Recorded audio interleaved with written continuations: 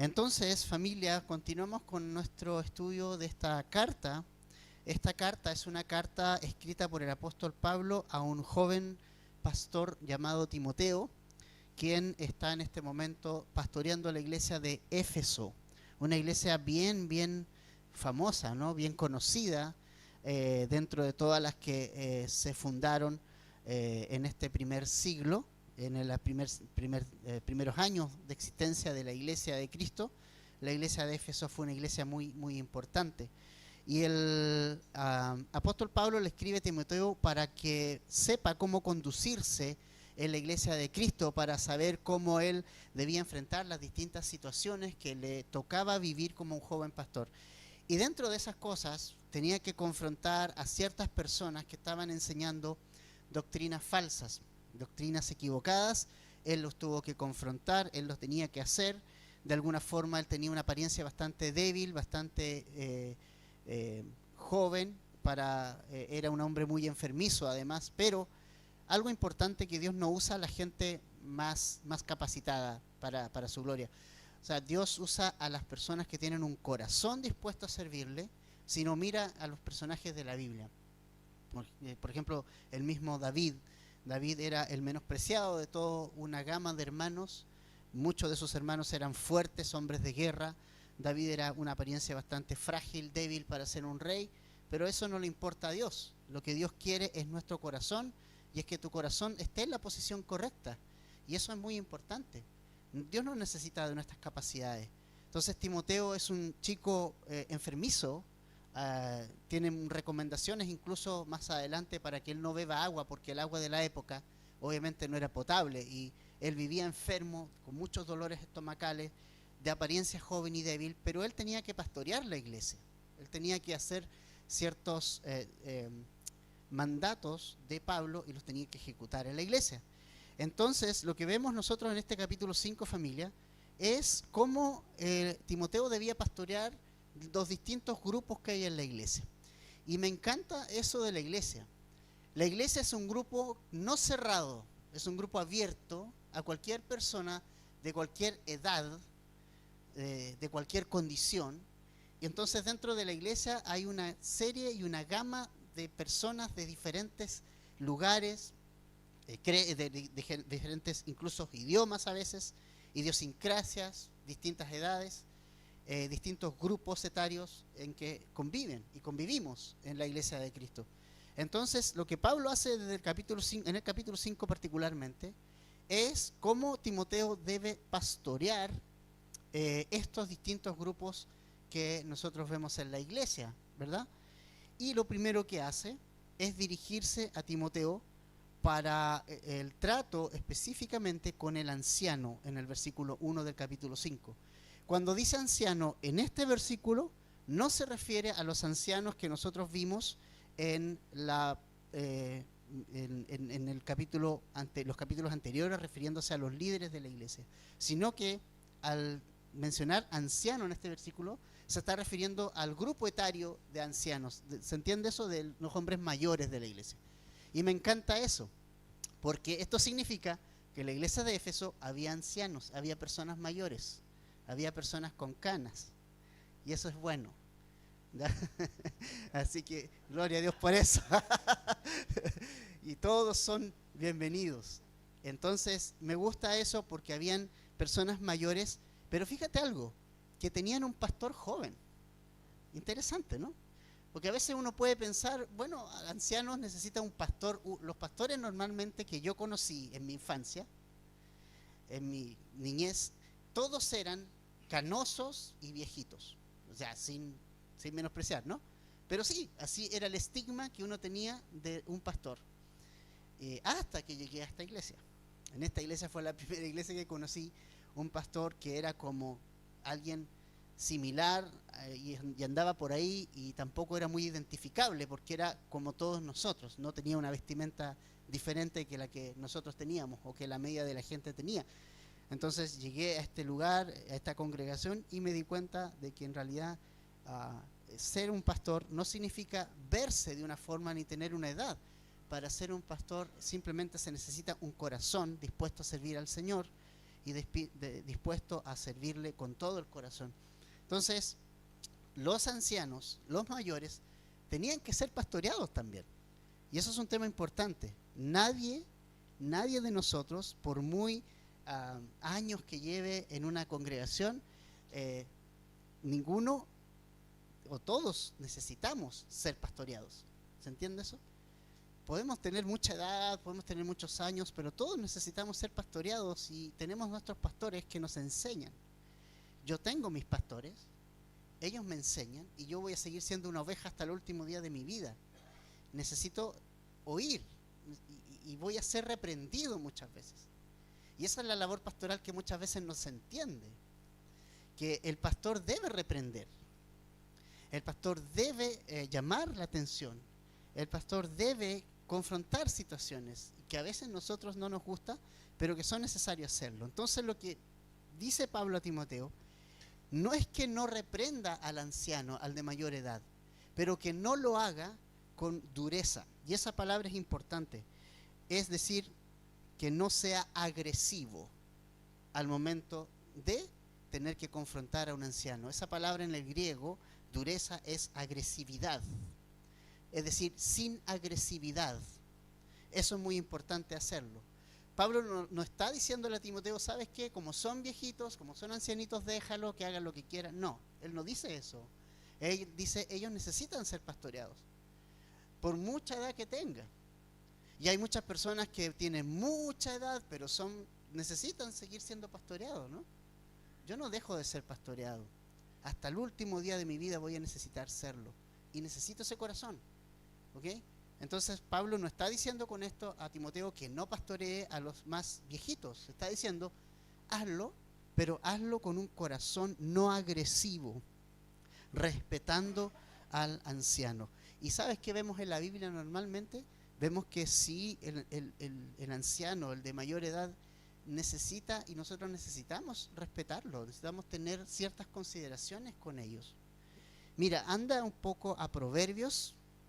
Proverbios, vamos a comenzar a estudiar Proverbios el miércoles que viene, así que están todos invitados.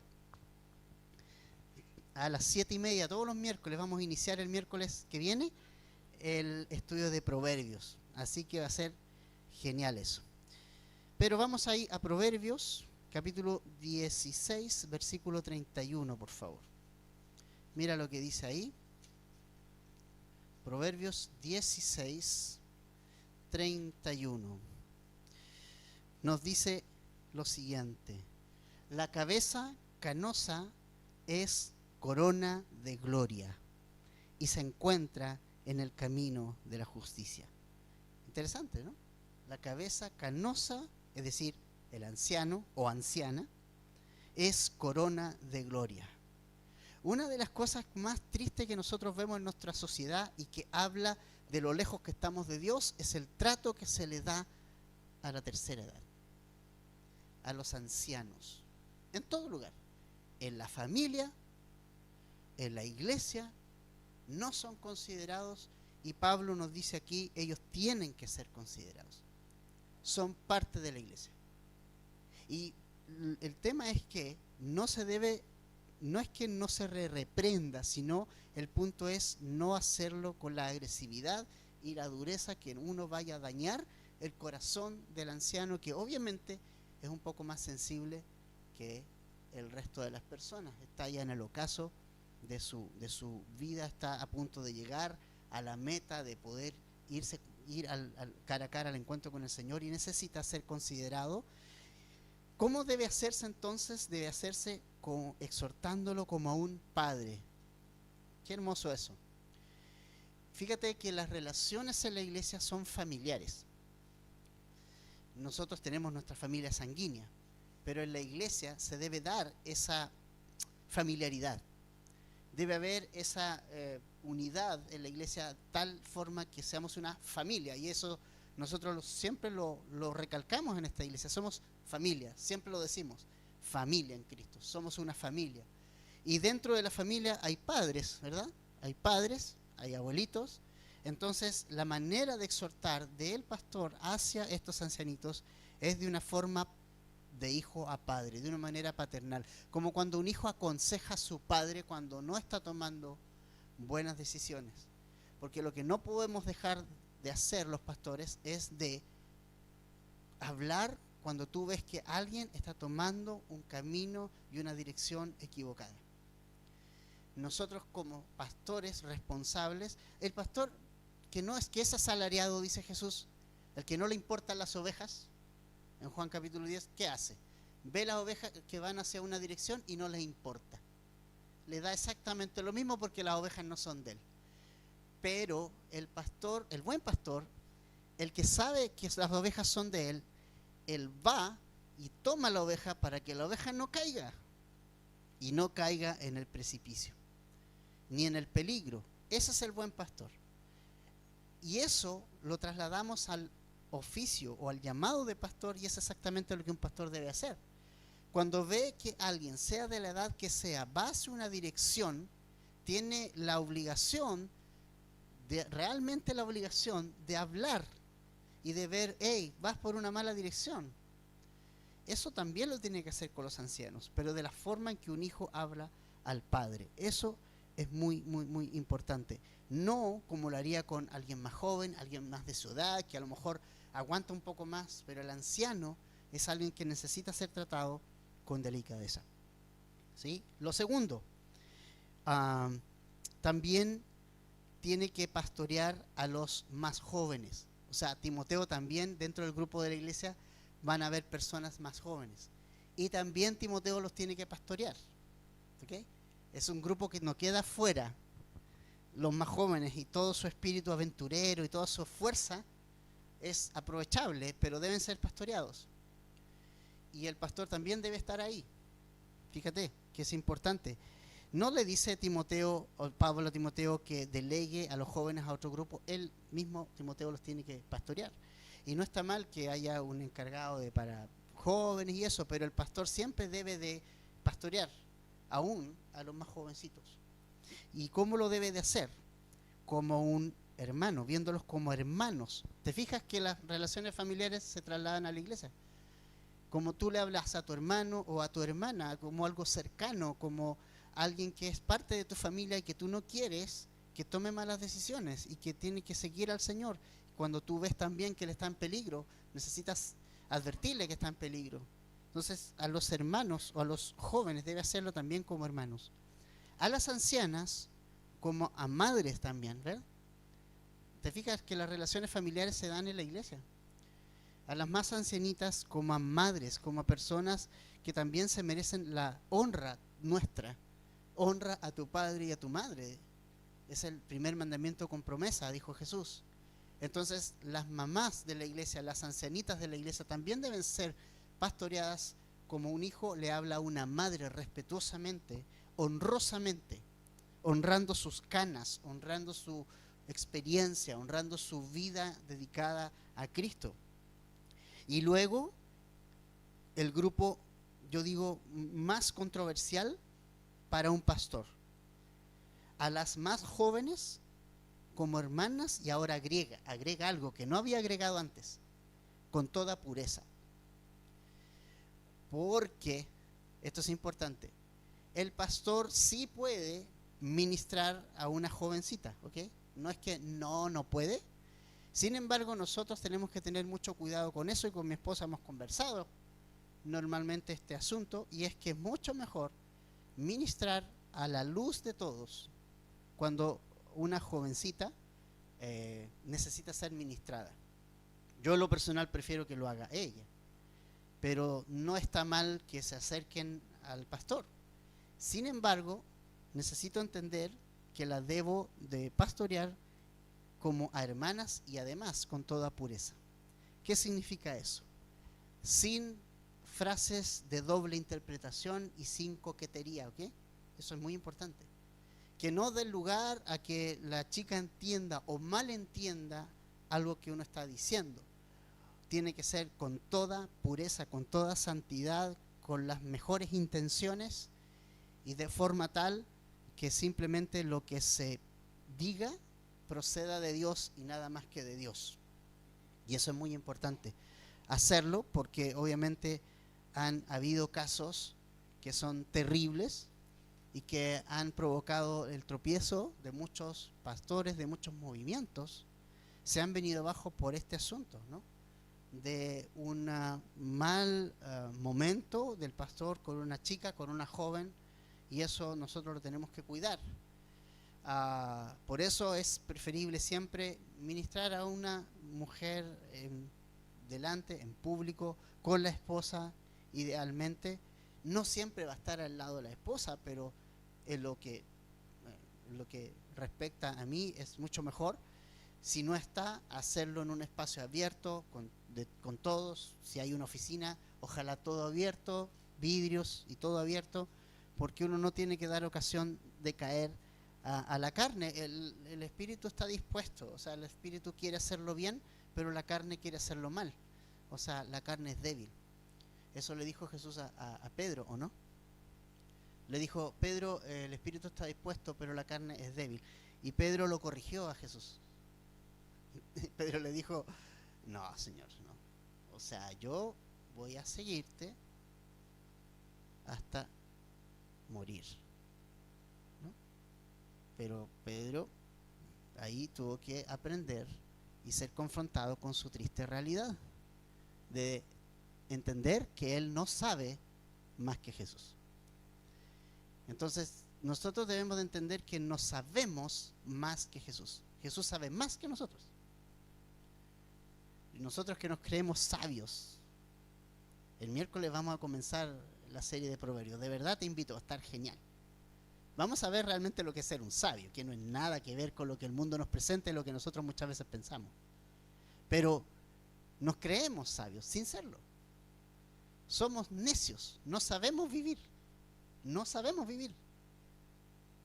O alguien nació sabiendo, nadie sabe vivir. Nos casamos y no sabemos cómo actuar. No sabemos qué es ser un esposo, qué es ser una esposa, no sabemos qué hacer cuando somos padres, no sabemos. Por eso necesitamos ser pastoreados por el príncipe de los pastores, que es Jesús. Por eso lo necesitamos a Él, que nos pastoree. Entonces, obviamente, en este proceso necesitamos de entender que la carne es débil, que por más que queramos que las cosas sean y salgan bien, nuestra carne siempre nos va a jugar una mala pasada y siempre nosotros no debemos darle lugar a la carne. Debemos evitar darle el lugar a la carne para caer, no darle lugar. ¿Y qué sería darle lugar a la carne? Bueno, que un pastor se encierre con una chica. Eso sería darle un lugar a la carne. O no solo el pastor, cualquier persona. No estamos hablando de simplemente esta una responsabilidad del pastor, de todos los hombres aquí. De cómo tratamos a nuestras chicas, a las chicas más jóvenes. Y es no con coquetería, ni como dándoles como doble interpretación a ciertas frases, descolocando a las niñas. Debe haber pureza en el corazón y debemos exhortarlas como verdaderas hermanas en la fe, como lo que son. Por muy joven que una chica sea, es una hermana en la fe y necesita ser instruida en la fe, necesita crecer y necesitamos hacerlo con pureza, con toda santidad. Eso es muy, muy, muy importante. Entonces, tenemos que tener cuidado específicamente con este punto, con las más jóvenes, los varones, está hablando de nosotros, los pastores o las personas que tratan y están en el ministerio, que tienen que tratar también con jovencitas. Y vuelvo a decir, creo que idealmente es mujer con mujer, varón con varón. Es mucho mejor. Se evita cualquier cantidad de problemas. Es lo que nosotros hemos dicho con mi esposa. Si alguien viene a conversar conmigo, normalmente mi esposa la llamo para que esté un poco al lado, y no es que uno diga, ay, qué cuástico. No, no es eso. Es nada más, familia, que es para no darle lugar a que el enemigo se aproveche de cualquier situación. Y ya sabemos lo que pasa en la iglesia. O sea, la historia de la iglesia está llena de abusos sexuales, ¿o no? ¿O no? Claro que sí. ¿Cómo partieron esos abusos? Así como ya, hoy día te voy a abusar. No. Todo parte así, muy pequeño. Todo parte muy pequeño. Inocentemente tal vez. Pero necesitamos ese asunto, tenerle mucho cuidado y prestarle mucha atención, porque a medida que crece la iglesia, te digo, van a crecer problemas también. Así va a ser. Y necesitamos estar preparados para esos momentos. Y necesitamos ser hombres puros, de corazón puro y con motivos puros. ¿Sí? Ahora, desde el verso 3, familia, en adelante hasta el verso 16, se centra Pablo en un grupo específico, y ese grupo son las viudas. Las viudas, que son un grupo vulnerable. ¿Por qué razón? Porque hoy a lo mejor no lo es tanto porque hay un sistema de pensiones, ¿cierto? Malo, bueno, regular, bueno, da lo mismo, pero hay. La persona o la mujer que no cotizó también recibe una pensión por parte del gobierno. Hay un sistema de AFP, la mujer que trabajó pudo guardar algo de dinero y algo de ingreso va a tener. En la época de Pablo, de Jesús y de Pablo, no había nada para, como Estado, no había ningún tipo de sueldo para la mujer. Menos para una mujer que quedara viuda, no había, quedaba desamparada al desamparo de la vida y simplemente quedaba sin nada. Entonces, lo que normalmente hacían las mujeres en la antigüedad era juntar, por ejemplo, perfume. Y lo juntaban y lo vendían en su vejez. O, cuando quedaban viudas, bueno, rompían el chanchito y vendían y comenzaban a vender este perfume a las personas para poder sustentarse y sobrevivir en un sistema que no existía de pensiones. No había sistema de pensiones. Entonces, ¿qué hacían las viudas de la iglesia o qué se hacía con las viudas de la iglesia?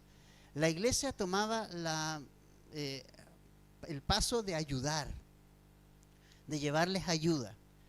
Ellos había una especie de canasta, como lo hacemos nosotros, u ofrendas. Entonces se repartía ayuda a ciertas viudas en la iglesia porque no podían o tenían algunas situaciones difíciles por las que estaban pasando, no tenían familia y ellos necesitaban ser ayudadas, ¿no?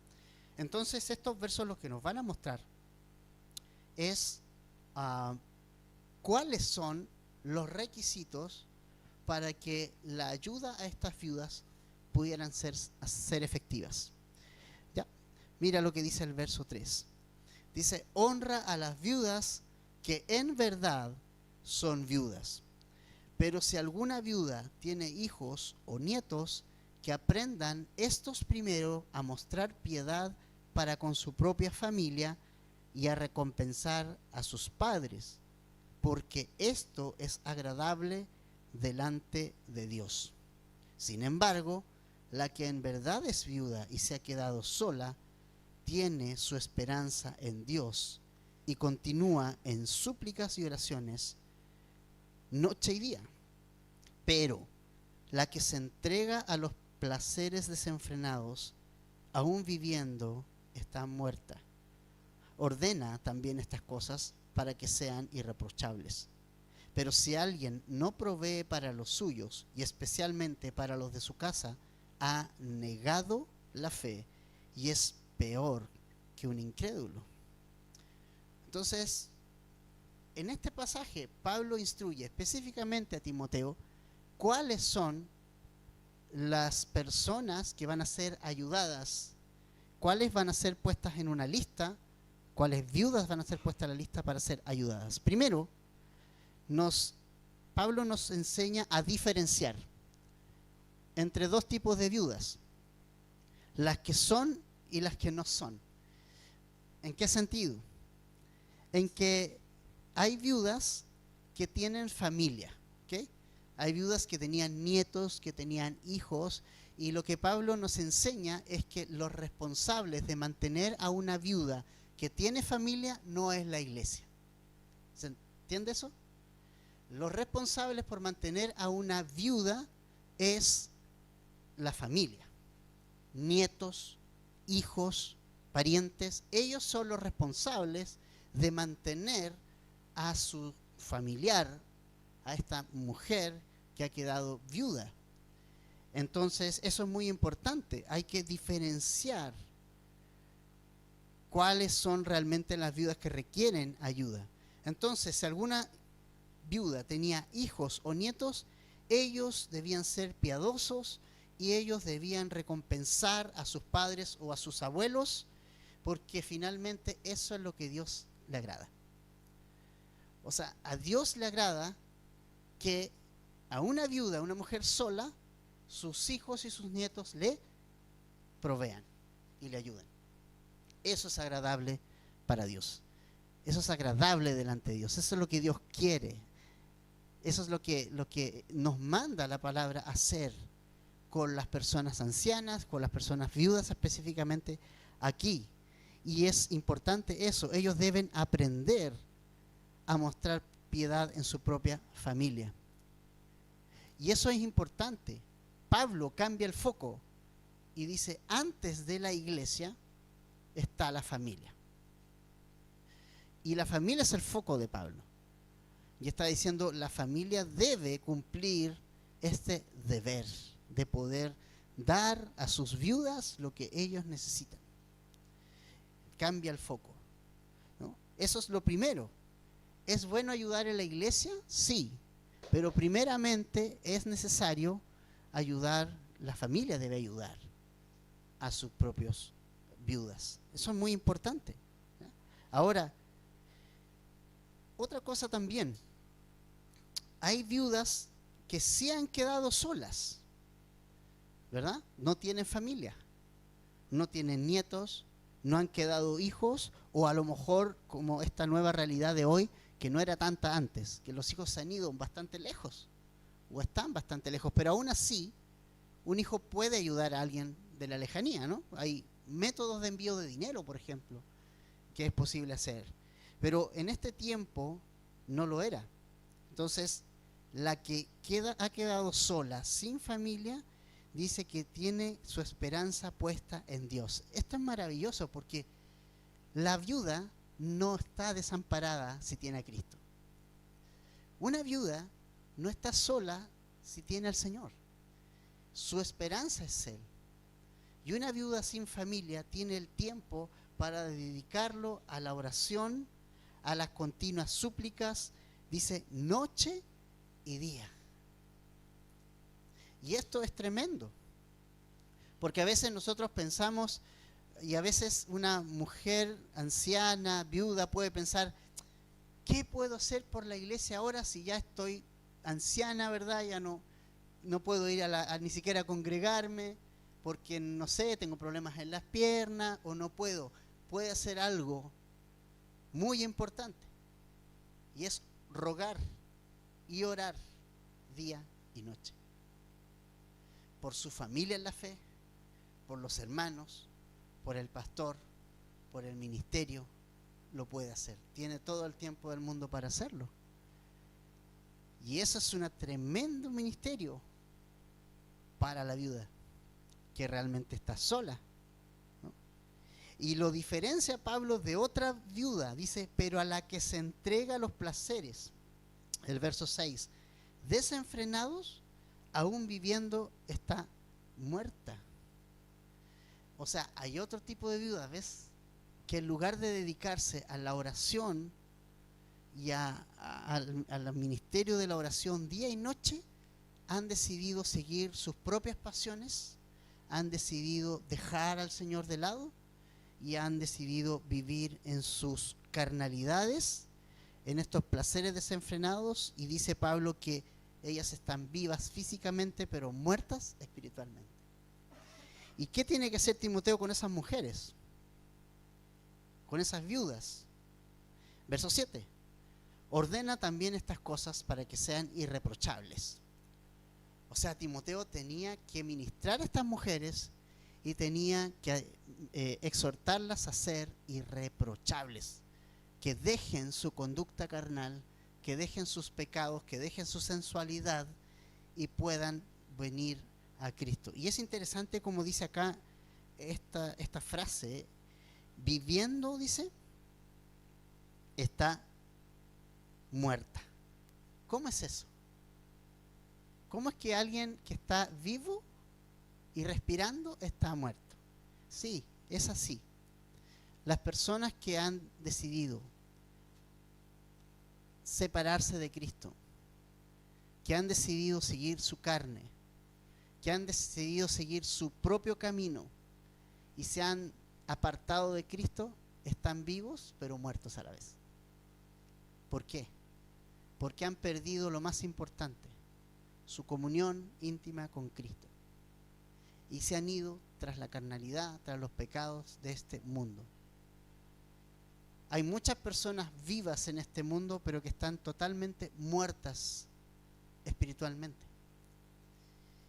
Y la muerte espiritual lleva a la muerte en el infierno.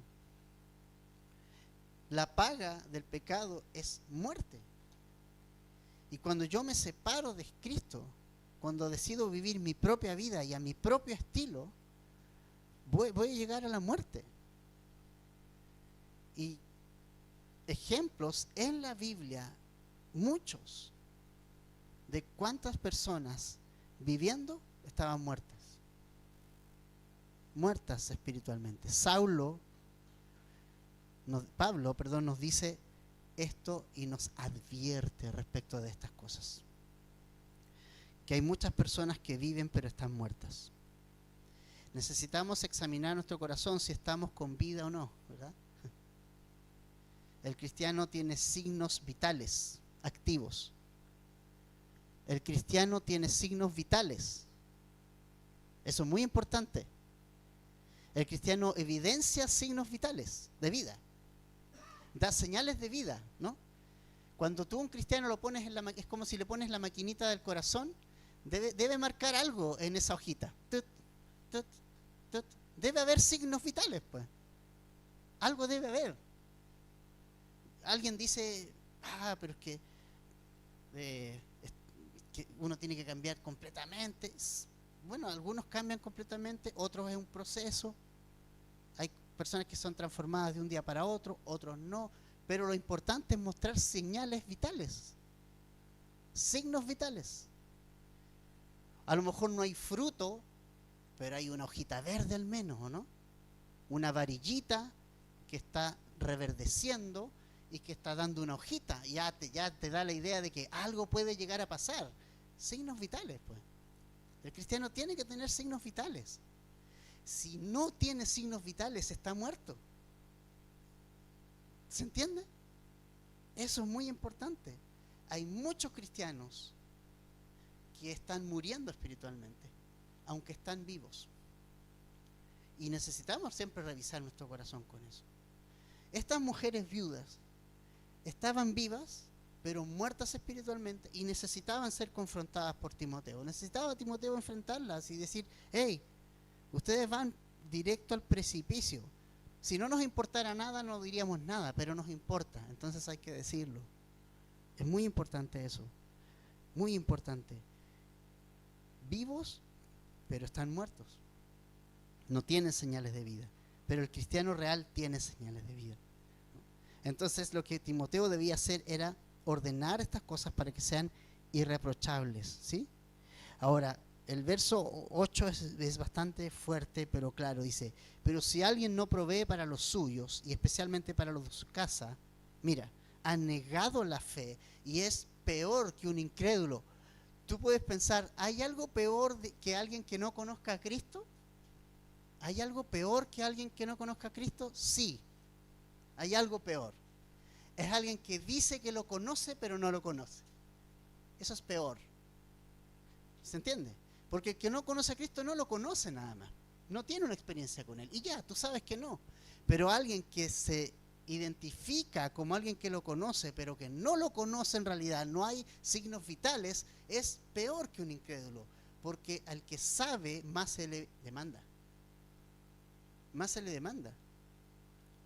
Conocen todo, conocen la Biblia, conoces esto y Cristo y lo que hizo y la doctrina de la salvación y de la justificación.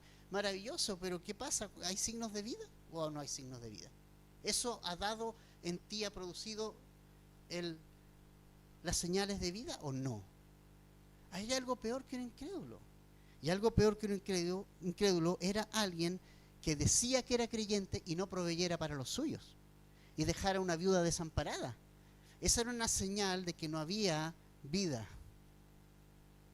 que no marcaba signos vitales su vida espiritual. Cuando una familia, un hermano, un nieto no ayudaba ni proveía por su familia, específicamente aquí por su viuda, era un cristiano sin señales de vida. Si esto se trata de práctica, familia, esto no es que un asunto de por decreto soy cristiano, no. Esto es un asunto de práctica. Si realmente Cristo ha hecho algo en mí, va a haber señales de vida, pues. Y una de las señales de vida es que la familia va a proveer por los suyos, especialmente aquí por las viudas. Entonces, ¿cuáles son las viudas que la iglesia tiene que ayudar entonces? Versículo 9. Que la viuda sea puesta en la lista solo si, y aquí están las cualidades, los requisitos. Número 1, si no es menor de 60 años, ¿ok? O sea, la viuda que debía ser ayudada debía ser no menor de 60 años. ¿Por qué razón? Es muy probable porque podía trabajar, porque podía hacer cosas. Menor de 60 años es una edad joven para hacer cosas, ¿no? Podía ella trabajar. Otra cosa también, podía volver a casarse. Recuerden ustedes que la mujer viuda o el hombre viudo está libre para casarse nuevamente. No hay problema con eso. ¿Ok? Podía volver a casarse una mujer menor de 60 años y obviamente su esposo asumir la responsabilidad de la provisión. Segundo lugar, habiendo sido la esposa de un solo marido, o sea, que no haya practicado la poligamia, ¿no?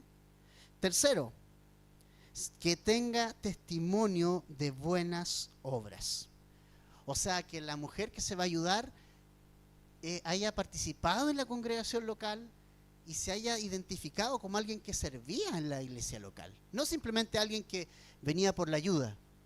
Vengo por la ayuda, vengo por la canasta. Vengo porque me van a ayudar. Hay mucha gente que anda así en la iglesia, ¿verdad? Ustedes son cristianos, ustedes me tienen que ayudar. ¿Quién dijo eso? La iglesia es un lugar donde nos edificamos y enseñamos la palabra y queremos ser transformados a la imagen de Cristo. Eso es importante, pero es eso. O sea, el resto, el Señor va guiando. Entonces, por eso es importante lo que dice aquí. Es una mujer que tenga testimonio de buenas obras, o sea, que haya estado en la iglesia local y haya estado activamente presente en la iglesia local.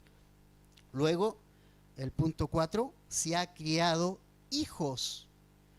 ¿Qué quiere decir esto? Que se haya hecho responsable en poder criar hijos. Que se haya hecho responsable de sus hijos. Que los haya criado en la fe en Cristo Jesús. Que los haya instruido en la palabra. Que los haya instruido en la fe. ¿Se entiende eso? Ese es el requisito que también tenía que tener esta viuda. Que a sus hijos los haya educado bien. Que los haya instruido en la palabra de Dios. Es otro requisito importante. Si ella no se preocupó por ellos, tampoco debía estar en la lista. Ustedes saben que muchas mujeres tienen hijos, pero criarlos es diferente, ¿o no? Es distinto. Hay mujeres que simplemente los tienen. No. Dios nos ordena tenerlos y criarlos, que es diferente. Que es tomarse el tiempo de instruirlo en la palabra de Dios, de tomarnos el tiempo. Ellos van a hacer lo que nosotros hacemos. Y nosotros los tenemos que criar en la palabra de Dios. No podemos dejarle que la iglesia lo críe nomás. Yo tengo la responsabilidad en mi casa y darle el ejemplo. Si yo no me congrego en la semana, no me congrego los domingos, ¿ustedes creen que sus hijos se van a congregar? No lo van a hacer, porque ellos los van a ver a ustedes. Nosotros debemos criarnos a nuestros hijos con el ejemplo. Entonces estas viudas también debían criar sus hijos con el ejemplo, llevándolos al Señor. 5. Si ha mostrado hospitalidad a extraños, es decir, si ha abierto su casa para compartir con la familia en la fe. 6. Si ha lavado los pies de los santos. Me encanta eso. Si ha servido, eso quiere decir eso. Si ha servido, si realmente ha servido. y si ha ayudado a los afligidos y se ha consagrado a toda buena obra o dedicado. Toda esa lista, entonces, era un checking, ¿no? Entonces, a ver, vamos a ayudar a las viudas, pero ¿qué viudas? Vamos a ver. Y ahí estaba el checking. Esto. Si cumple con esto, vamos a ayudar. Porque los recursos de la iglesia, familia, no son del pastor, no son de ustedes, los recursos de la iglesia son del Señor. Y los recursos de la iglesia es una responsabilidad enorme de poder distribuirlos. Porque no son nuestros, no podemos hacer lo que nosotros queremos con los recursos de Dios. Son de Dios y deben estar orientados espiritualmente, también y guiados espiritualmente por Dios. Y el dinero de Dios no es para botarlo en cualquier cosa. El dinero de Dios es algo que nosotros debemos de cuidar. Y todo lo que se compra con el dinero de Dios es algo que es digno de cuidar. Todo esto se cuida porque es dinero de Dios. Esa guitarra no pertenece a ninguno de nosotros, eso es del Señor. Y debemos de cuidarla porque es del Señor, pues. Con dinero del Señor, todo lo que aquí hay. Y también lo que son las personas, son del Señor y debemos de cuidarlas. Entonces, el dinero de Dios se cuida y se ayuda a las personas y a las viudas que tenían que cumplir esto. ¿Y cuáles no estaban en la lista? Versículo 11. Pero rehúsa poner en la lista a las viudas más jóvenes. ¿Okay? Ahí está. Porque, aquí está la razón. Cuando sienten deseos sensuales contrarios a Cristo, se quieren casar, incurriendo así en condenación por haber abandonado su promesa anterior, y además aprenden a estar ociosas yendo de casa en casa. Y no solo son ociosas, sino también charlatanas y entremetidas, hablando de cosas que no son dignas. Es decir, la que no debe estar en la lista es una mujer joven que quedó viuda, pero que realmente ella solamente tiene apuro por casarse, volver a casarse. Ese es su apuro. ¿Te fijas? ¿Y sabes qué? Una viuda se puede casar, evidentemente que sí, pero los motivos por los cuales se casan deben ser los correctos, como para cualquier soltero. Esto también es para soltero, porque hay personas que se quieren casar porque quieren estar con alguien sexualmente. Eso no es un motivo para casarse. Eso no es un motivo para casarse. O porque, bueno, me hace falta una compañía. Tampoco es un motivo para casarse. O, no sé, hay tantos motivos para casarse. Es que no quiero estar solo, quiero que alguien me cuide. Esos no son motivos para casarse. Dios ordena el matrimonio y creo que el matrimonio no es para todos. Debes estar dispuesto a morir para ir al matrimonio, porque ya no se trata de ti, se trata del otro. O sea, piensa que un matrimonio no son dos vidas, es uno. Y a mí me asombra lo que pasa en matrimonios cristianos. Es que este es mi dinero, ese es tu dinero. Esto es mío, esto es tuyo. Dios dice que los dos serán una carne. Entonces, ¿qué onda? ¿Somos uno o dos? Somos uno. Somos uno. Tu cuenta, la cuenta de mi esposa, es mi cuenta también. Mi cuenta es la cuenta de mi esposa también. Esto no es tuyo, mío, esto es una sola carne. ¿Y qué pasa? Que nosotros nos dividimos. No es lo que es mío es tuyo, lo que tuyo es mío. Eso no es la filosofía del matrimonio. Eso no funciona.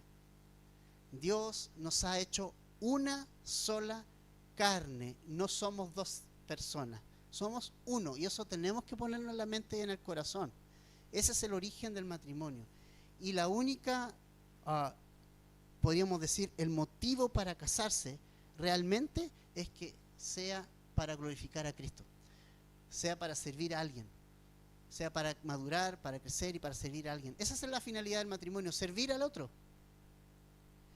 Claro que tenemos roles, por supuesto que sí. El hombre, el Señor lo ha escogido para ser el sacerdote y el líder del hogar, el que encabeza las decisiones. pero también es el que tiene la responsabilidad de amar como nadie más ama a esa mujer. Sacrificarse por ella, dar su vida como Cristo lo hizo con su iglesia. Eso es lo que tiene que ser. Pero el casarse con estas viudas, se querían casar apenas terminaban la viudez, simplemente porque no quiero quedarme sola. Eso no es un motivo para casarse. ¿Entiendes? Hay malos motivos para casarse y eso necesitamos entenderlo. Y si eres soltero, y ojalá Dios te provea una esposa, pero que no sea para tus deseos egoístas, porque no es para eso. Es para mostrarle al mundo el amor que hay entre Cristo y la iglesia. Ese es el propósito del matrimonio. Que el mundo sepa este misterio, porque es un misterio.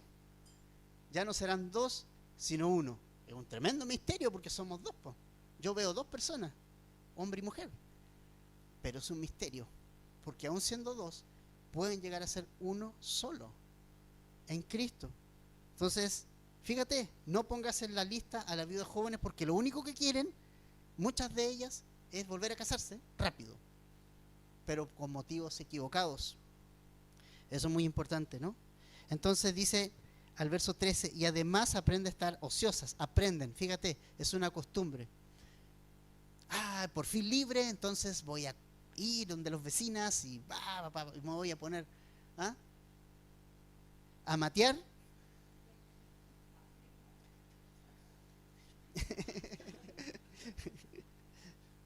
Entonces, cuidado con eso. Tenemos que tener cuidado con eso, ¿no? Entonces, mira, lo que dice el 14, que es como la conclusión para este tipo de personas. Dice, por tanto, quiero que las viudas más jóvenes, ¿qué onda? Se casen. Sí, se casen, pero con buenas motivaciones. ¿Ya? Que tengan hijos, que cuiden su casa y no den al adversario reproche. Eso es. O sea, eso es lo que Timoteo debía ordenar a estas viudas jóvenes, que se casen pero bien, no por deseos sensuales, no por un asunto pasajero, sino haciendo una promesa por siempre de estar juntos con este nuevo esposo. Vuelvo a decir, no hay nada, la Biblia no prohíbe ni nada que una persona que ha enviudado se vuelva a casar. Ahora, una persona que se ha separado, ¿se puede volver a casar? Bueno, hay algunas mujeres que viven pero están viudas. Tienen un matrimonio, pero su esposo no existe. No existe. O su esposa no existe. Conocemos ambos casos. Y es como si estuviera viuda.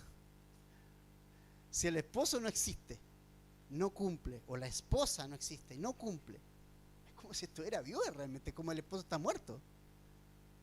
O la esposa está muerta. Necesita volver a vivir. Entonces, sí somos testigos de que el Señor ha dado segundas oportunidades a personas que realmente, tristemente, han tenido una experiencia mala en un matrimonio anterior. Y creemos en la restauración. Pero fíjate en algo, siempre que sea en el Señor. Ahora, 15 dice, pues algunas ya se han apartado para seguir a Satanás. Si alguna creyente tiene viudas en la familia, que las mantenga y que la iglesia no lleve la carga para que pueda ayudar a las que en verdad son viudas. ¿Fija? Nunca los recursos han sido muchos en la iglesia, la verdad. Yo creo que en ninguna, incluso desde el primer siglo. Siempre los recursos eran escasos, más en una cultura en que realmente no había mucho y que muchos cristianos perdían los derechos de tierra y herencia cuando se convertían a Cristo. Eso pasaba. Eran desheredados, no tenían literalmente donde caerse muertos. Pero Cristo de alguna forma proveía, ¿no? Entonces, tristemente, algunas viudas jóvenes se habían apartado para seguir a Satanás. Y eso es lo que no quiere Pablo que ocurra y siga ocurriendo. Y por eso instruye a Timoteo todas estas cosas, ¿sí? Entonces, la conclusión es, mucha gente, pastoreamos a muchas personas, los pastores, ¿no? una amplia gama de personas, pero todas necesitan ser pastoreadas, todas necesitan ser tratadas con pureza, con santidad, con amor, considerándonos a nosotros mismos también en primer lugar. Todo grupo etario de la iglesia debe ser pastoreado, incluido el propio pastor, que necesita ser pastoreado también. Y cuando aparezca el príncipe de los pastores, él va a saber dar la recompensa a cada hombre de Dios que lo hizo con temor y temblor. Así es que eso es el mensaje hoy y vamos a orar. Gracias, Señor.